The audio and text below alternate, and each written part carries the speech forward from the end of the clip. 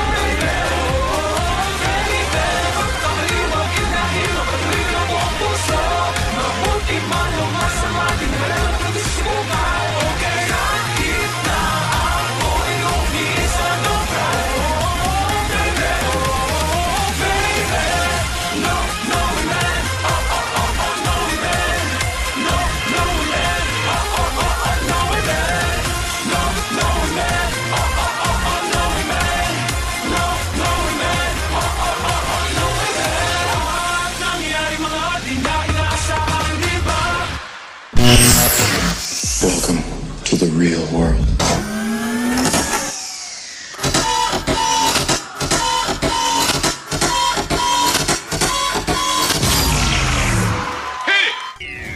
Tick-tock, sabi ng clock.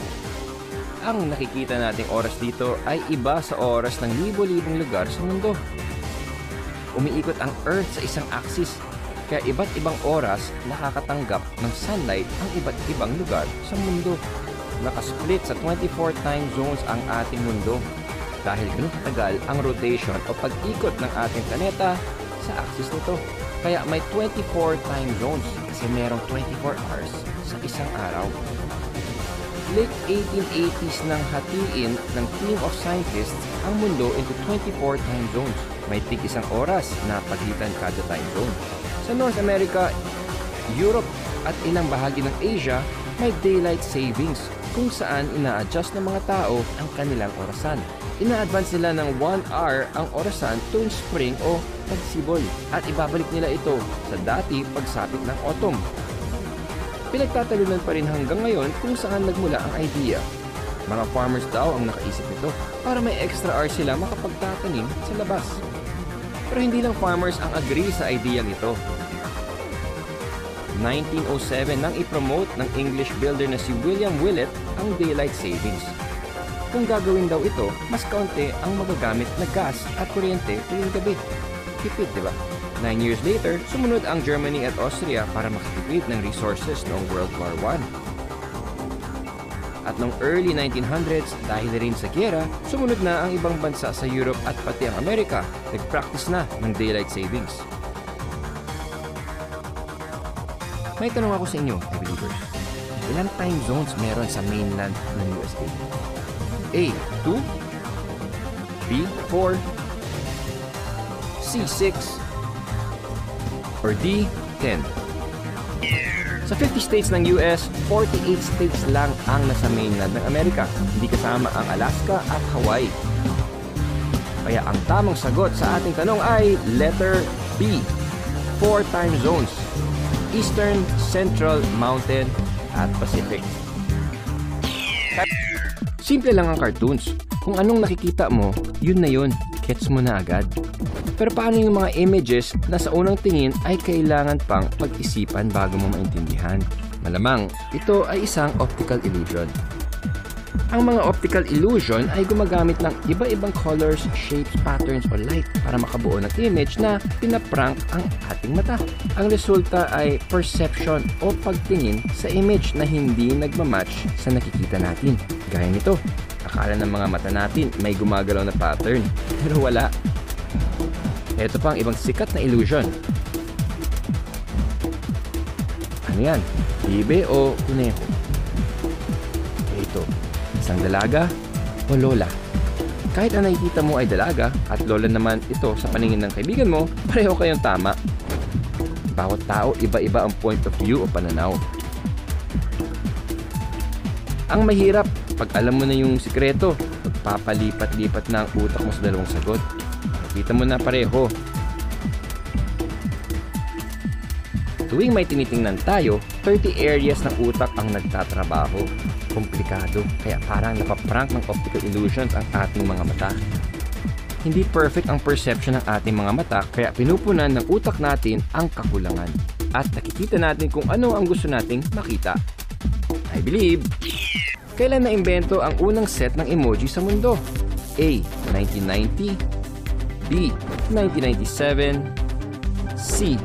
2005. Ang sagot, susunod na. Kailan na-imbento ang unang set ng emoji sa mundo? A. 1990, B. 1997, C. 2005. Hindi bagong imbensyon ang mga emoji. Ang unang emoji set ay ginawa ng kumpanyang SoftBank noong 1997.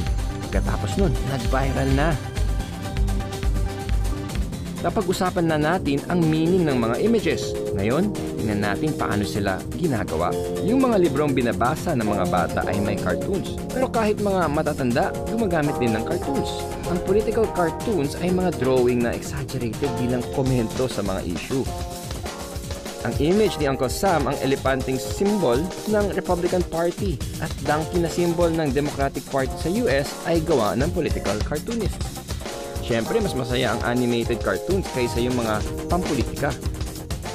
Binubuo sila ng frames o magkasunod-sunod na images na tuloy-tuloy kung ipalabas. Sa OG style ng animation, pinodrawing ng kamay ang bawat frame, tsaka kinukulayan. Gamit ang maraming papel, i-flip ng cartoonista ang mga papel pag gusto niyang makitang kumikilos ang mga drawing niya. Nakagawa ka na ba ng flipbook gamit ang maraming sticky notes? I-drawing mo ang parehong image gaya ng stick figure. Pero ibahin mo ng konti ang pwesto nito sa bawat page. Tsaka mo i-flip ang mga papel para na itong gumagalaw. Isa ito sa mga naunang animation. Isa sa mga naunang animated films ay gawa ng French cartoonist na si Émile Cohl. 1908, ginawa niya ang Phantasmagorie. Naglagay siya ng hiwa-hiwalay na drawings sa mga salamin na inilawan. Sa kanya tinrace yung susunod na drawing. Pero medyo iba ito ng konti para magmukhang gumagalaw.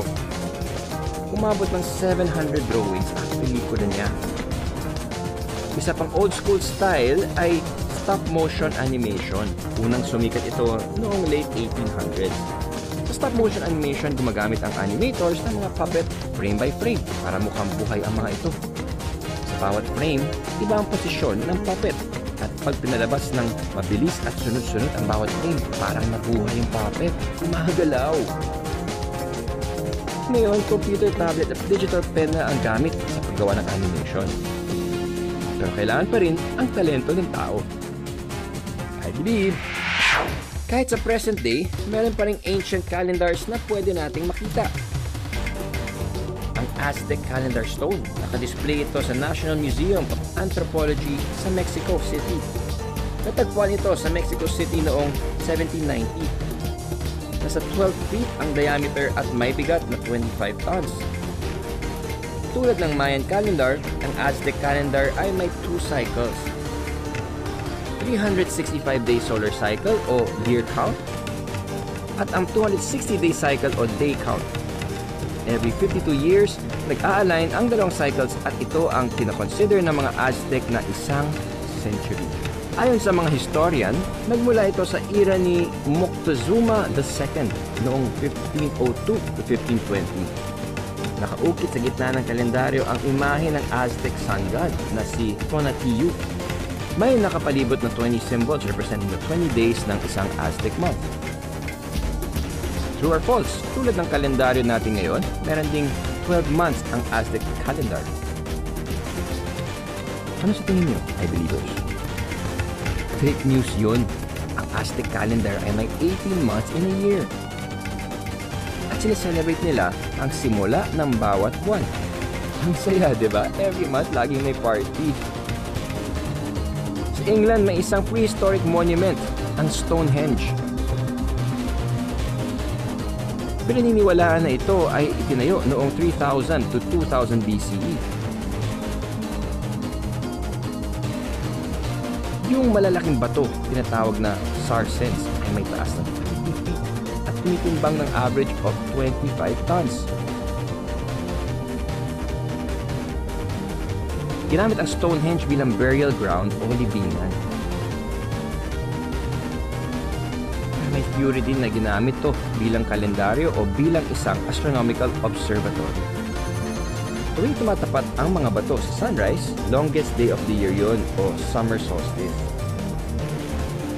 Ganun din ang nangyayari tuwing winter solstice pero sa sunset naman.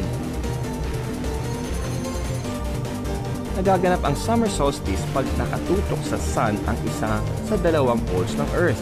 Kaya mahaba ang araw dahil mas matagal nakatapat ang Earth sa sun. At dahil may 2 hemispheres ang Earth, nagkaka-winter solstice pag hindi nakatutok sa sun yung isang pole. Ito naman yung shortest day of the year at mas maagang lumulubog ang araw. Nilikha ang mga kalendaryo para makasabay tayo sa pagbabago ng panahon. Mahalaga ito para alam natin kung kailan ang tamang panahon para magtanim ng halaman o mapaghandaan ang paglamig. Hey believers, kung may mga katanungan kayo, sasagutin natin yan because we've got all the answers dito sa I Believe